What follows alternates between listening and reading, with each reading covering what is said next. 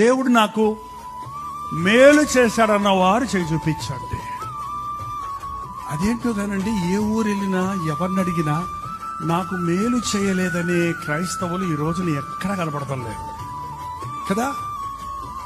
అన్ని మేలులు చేసిన దేవుడికి మరి నువ్వేం చేశావు? కొంతమంది ఈ రోజున చెప్పండి, నిజంగా మేలు పొందిన ప్రతి ఒక్కడు దేవునికి కృతజ్ఞత కలిగి ఉంటాడు. నువ్వేం చేయక్కర్లా, నువ్వేమి ఇవ్వక్కర్లా. ఆ బంగారం తీసుకొచ్చేయి, ఇది అది అని అడగక్కర్లేదండి. అవి అక్కర్లేదండి దేవునికి. నేను ఆకలి కొట్టి అడుగుతానా? అడవిలోని మృగములన్నీ నావు కావా? వెండి నాది, బంగారం నాది, భూమి దాని సంపూర్ణము నావే. నాకు కావాల్సింది విరిగి నలిగిన హృదయం, కృతజ్ఞత కలిగిన హృదయం.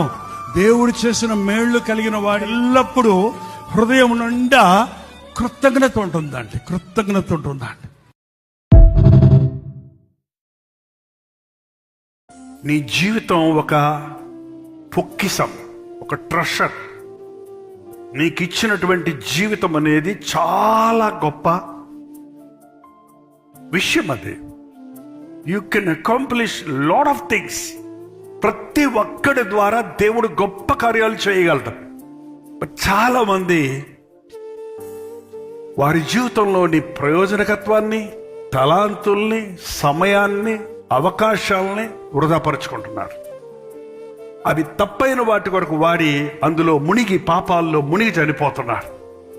సో నీవు నీ జీవితాన్ని దేవునికి అప్పగిస్తే నీ యవ్వన కాలంలో ఉప్పొంగిపోతుంటుంది మనుషులకి. ఏంటి?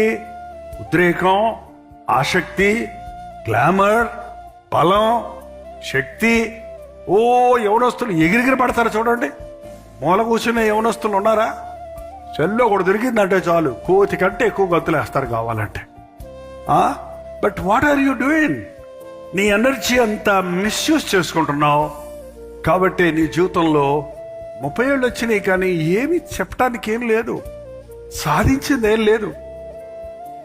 ఈరోజు మీ జీవితాన్ని ప్రభుకి అప్పగించండి. మీ యవ్వన కాలాన్ని ఆనకట్టేస్తే మీ జీవితం అంతా సమృద్ధిగా ఫలిస్తుంది. హల్లెలూయా.